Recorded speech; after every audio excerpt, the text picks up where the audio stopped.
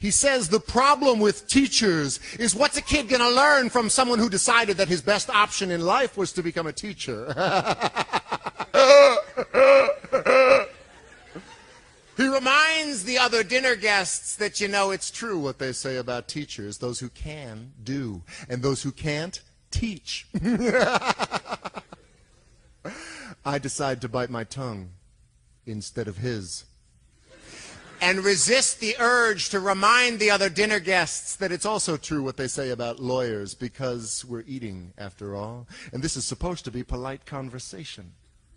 I mean, you're a teacher, Taylor. Come on, be honest. What do you make? And I wish he hadn't done that. Asked me to be honest. Because, you see, I have this little policy in my classroom about honesty and ass-kicking, which is, if you ask for it, then I have to let you have it. You want to know what I make?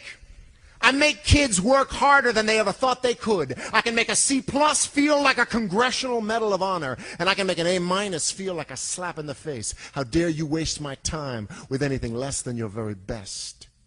I make kids sit through 40 minutes of study hall in absolute silence. No, you may not work in groups. No, you cannot ask me a question. So put your hand down. Why won't I let you go to the bathroom? Because you're bored, and you don't really have to go to the bathroom, do you? I make parents tremble in fear when I call home at around dinner time. Hi, this is Mr. Molly. I hope I haven't called at a bad time. I just wanted to talk to you about something that your son said today.